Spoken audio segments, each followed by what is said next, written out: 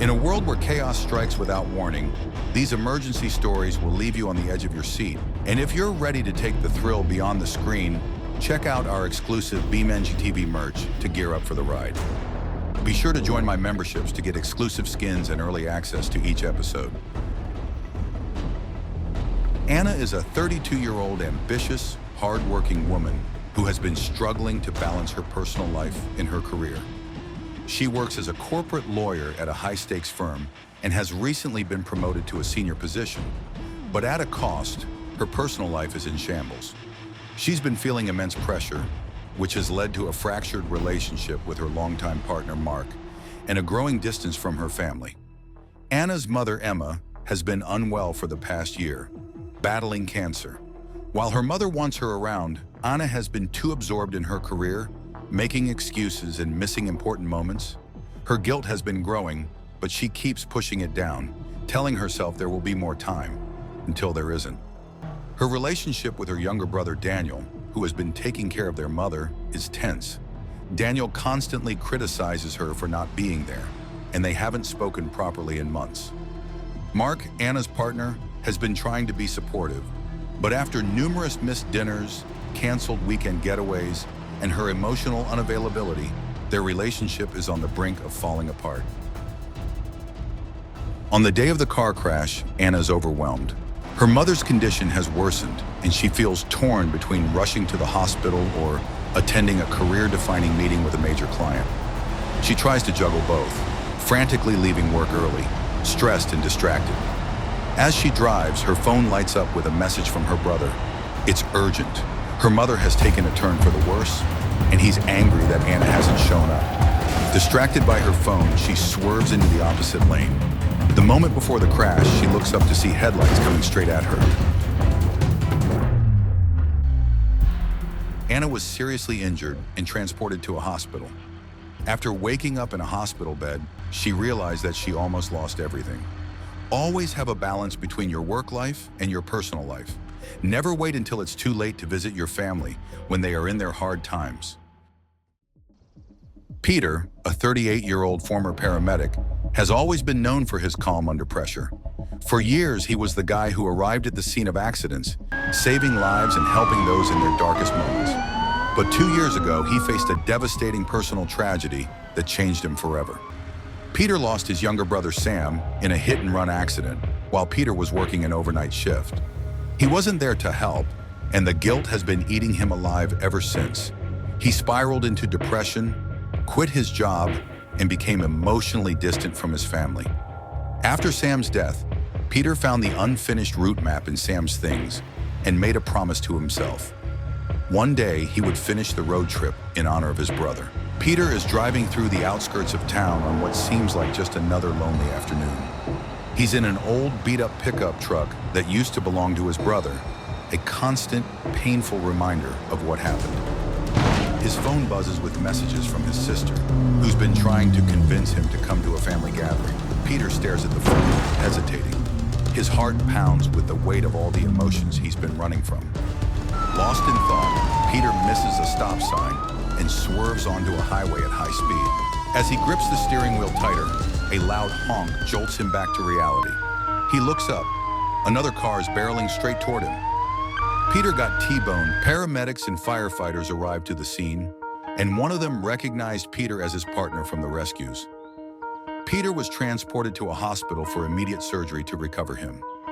Be sure to always go to psychiatrists and talk about your problems. It can cost you more than lonely nights with your thoughts. On September 5th, 2017, Xander, a 23-year-old recent graduate, was driving his brand new Audi A6 2.0 TDI, a birthday gift from his parents. He had just landed his dream job, with the future looking bright.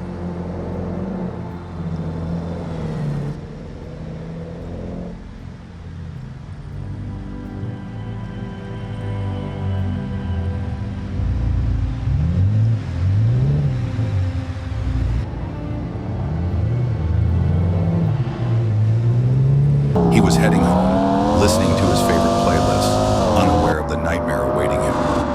Meanwhile, Rudy, a 34-year-old thrill-seeking millionaire, was speeding through town in his Bugatti Veyron. Known for his wild lifestyle, Rudy had just left a party, adrenaline and alcohol surging through his veins. He lived fast, always chasing danger, oblivious to the consequences.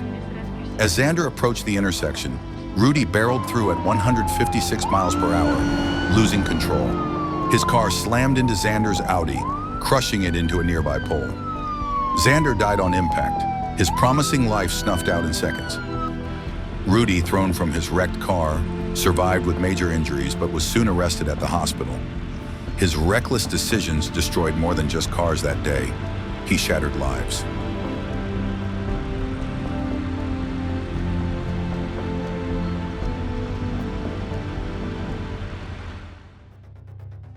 It was a quiet evening as my mom and I drove home in our Dodge Rams, returning from a family dinner. The sun had dipped below the horizon, and the streets were mostly empty. We were just talking about the day when, suddenly, our attention shifted to the road ahead. A gray Jeep Grand Cherokee was swerving erratically, weaving from lane to lane like a pinball. My mom gripped the steering wheel tighter, her face tense. I could feel my heart begin to race. As we cautiously approached, it became clear that the driver was under the influence. The Jeep veered dangerously close to the ditch, correcting itself only to swerve back across the road. We kept our distance, hoping the driver would regain control or pull over. But in the pit of my stomach, I feared something much worse was about to happen. In an instant, it did. The woman behind the wheel clipped a large log that had fallen near the shoulder. The impact was immediate and violent. The Jeep flipped into the air, twisting and crashing onto its roof with a sickening thud. Metal crunched and glass shattered, the vehicle rolling before coming to a stop on its side. When the paramedics arrived, they worked quickly to extract her from the Jeep. She was alive but in critical condition. As they rushed her to the hospital, I couldn't shake the thought. All of this could have been avoided. One drink too many, one reckless decision, and now her life and the lives of those around her were forever changed. Then it was a rainy evening, the kind of night where visibility was poor and the roads were slick. Jane, a 32-year-old mother of two, was driving home after picking up her kids from their grandparents' house. Her SUV was packed with toys, snacks, and the tired energy of a long day. The kids seated in the back were quietly dozing off. As they cruised along route, Jane noticed a speeding truck in her rearview mirror. Within seconds, it slammed into the rear of Jane's SUV. The impact was so forceful that her vehicle was thrust into the opposite lane of traffic. As it spun out of control, she caught sight of an oncoming car, headlights growing larger and brighter. It was a collision she couldn't avoid. The airbags exploded, filling the cabin with smoke and dust. Jane was thrown against her seatbelt, and for a moment, everything went dark. Disoriented, Jane's first instinct was to check on her kids.